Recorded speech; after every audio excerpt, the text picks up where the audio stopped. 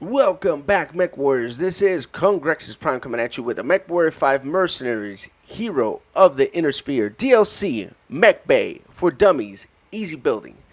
And guys, this video was inspired by a few friends of mine that were looking at my playthrough of this particular DLC and were like, man, this game looks like a lot of fun, but it looks to me like, the area where you fix the mechs is it looks tricky. It looks like something there's a lot of numbers. There's too much going on, and it kind of spooked my friends off from playing this game. And I was like, come on, guys, are you serious? It's not really that bad. And it was like, yeah, but I've never played a game like this before, so it'll be the first time I play, and I'm not really sure exactly how the Mech Bay works. That's what it's called, where you fix the mech at. So that's where we're at right now.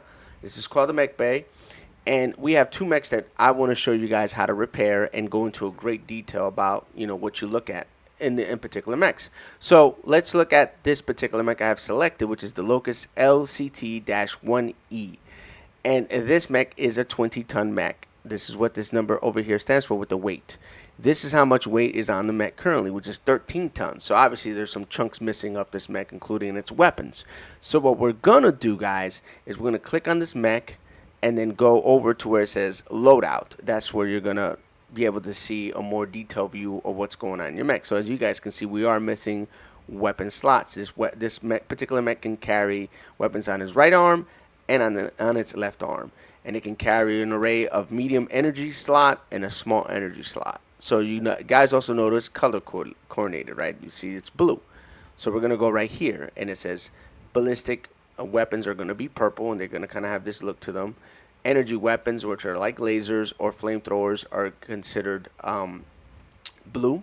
And then obviously the missile systems, whether they're long or short, they're going to be green. So as you guys can see, if I click on either one of these, I'm not going to see them because that's a filter, right? Now if I go all, I'm going to be able to see all the weapons that I have to my disposal. So anyway, to make a long story short, we're going to go ahead and decide what we're going to put in this mech. So I want to put 2 small lasers and 2 medium lasers. So this is how you look at it. This is M for medium laser, and you also have the M there for the size of the slot. So we're going to go ahead and put 2 cheapy medium lasers onto this mech, like so. And now you guys also notice my weight went up, right, by 2. Because both of these lasers weigh 1 ton. You guys can see where it says weight on the bar. It says 1 ton. This is 1 ton as well. So now we're going to go down to the small lasers, which is S for small laser, but it's also slotted under a small slot, just in case you don't know. And you can see that where it weighs right here, it weighs half a ton right there. I'm pointing right at it. So we're going to go ahead and put 2 small lasers on here. And you guys can see and now we have these little circles on our arms because we've attached them on the actual arm. So that's pretty much it when it comes to just attaching weapons. But if you guys notice, my mech is severely damaged. You can see kind of like the guts of the actual mech right there. So how do you go about fixing that? Is the question, right? So we're 16 tons out of 20, which means we can carry some stuff internally that we're missing. So what we're going to do is we're going to click on details. And on details, you're going to see there's a lot of things going on here. And this is what my friends were like, man, this looks too confusing.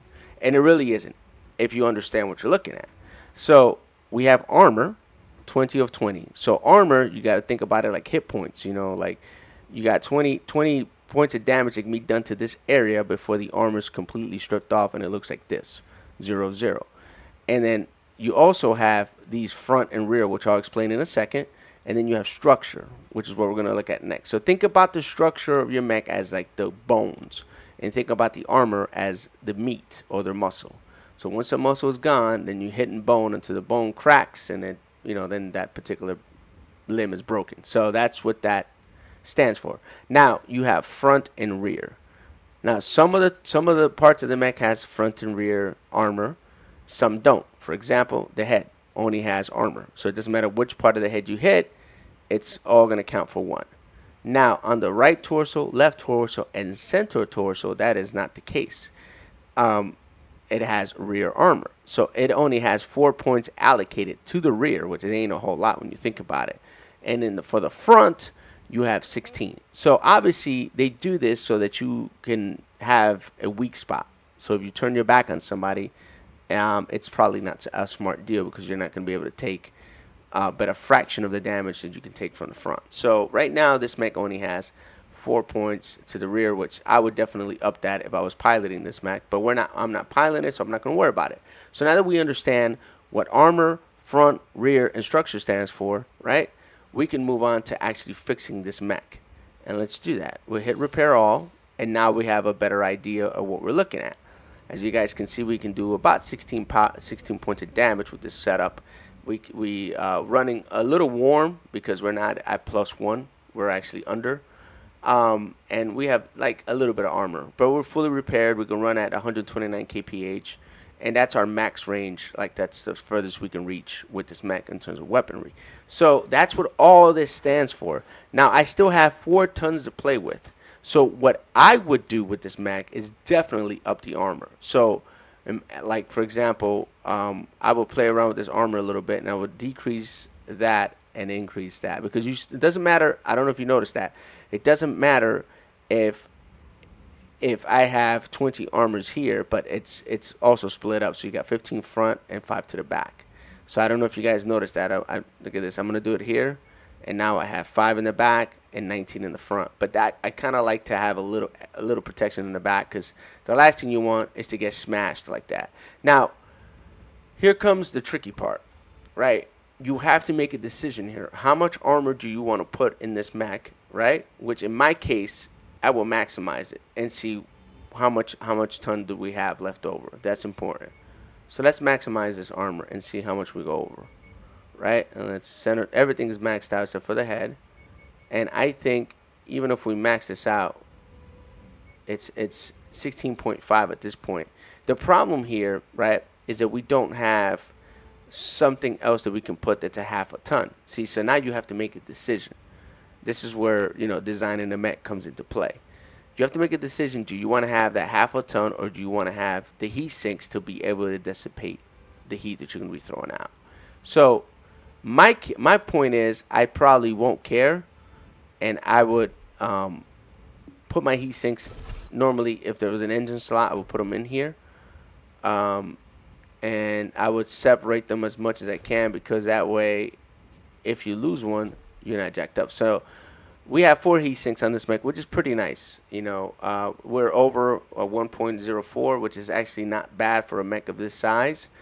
And now we have to make a decision here. Do we take away half a ton of armor, or we take a heat sink? That is a choice that you as a builder will have to make. Me personally, I'll slap off the heat sink. That's me. And then I would just max out as much armor as I can because, that way you can, you're not going to get one tapped in this thing. Sure, you're going to be a little light, and you lost a little bit of your heat, being able to cool off. But in my experience, it's always to have more armor. And, okay, so what? You know what I mean? I lose a little bit of heat. So that'll be my decision in this mech. That's what I will build, and that's it. But that's your personal choice. You can do whatever you want. That's what's cool about this game. It gives you that option, those decisions to make. So now I'm installing all this stuff on here, and it's going to tell me what it cost, and it's going to tell me how many days it happens. It goes on queue, and now you will have to wait 24 days to get that mech to process. Now we're going to look at the fire starter for a little bit. We're not going to spend a whole lot of time on it because we already know everything there is to know about this. So as you notice, the fire starter has different slots. You can have ballistic slots here. So you can put, if you can fit it in here, you can put an AC2 if you wanted to because it's considered a small slot, or you can put machine guns, which is what most people do. They put machine guns on this thing. And then you have medium, small. So you can have like a laser boat, or you can put flamethrowers on here. So the decision is like yours to be made. The same thing goes with the internals. You also have something called jump jets, which we didn't talk about, but this mech is capable of kind of like flying for a little bit. So kind of jumping. If you think about it, it's more like jumping than flying, but you kind of jump up a little bit and you float for a second and then you come back down. So you have spots for 6 of those, and you have a little bit more going on. But look, the internal, the rear, the front armor, everything is the same as it was in that smaller mech. So that has not changed. And let's go look at another quick mech, something a little bigger, a little bit more elaborate. And let's go look at one of my hero mechs that I picked up, which is currently being loaded out, so we can't look at that. Let's look at something that has some different stuff on it. So let's look at this mech. This is my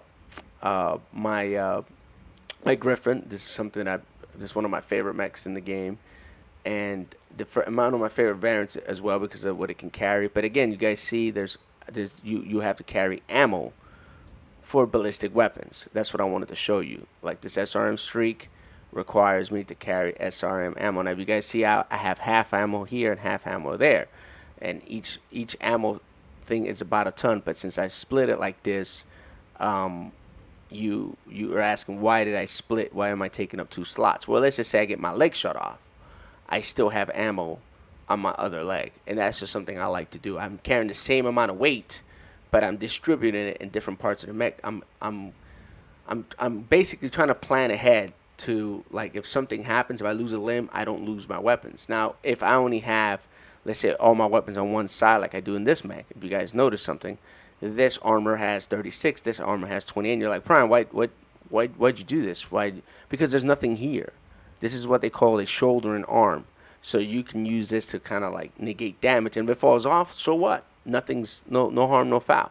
So that's how you kind of have to pilot this mech. Your left arm is always going to be kind of like your shield, and then your right arm is going to be kind of like your spear. So that's where you would try to play this mech, and you try to separate your ammo as much as possible. Keep it away from the inner torso, because when it blows up, it can cause damage to your mech as well. So anyway, guys, that's what I wanted to show you. Hopefully this video has helped you in some way, shape, or form. And thank you guys for your support. I'm going to cut this video right here. Let me know what you guys think. If you guys have any comments, anything you want to add, feel free to leave a comment below. Thank you so much. You guys have a great day or night. Light, love, and peace. Congrexes. Making out.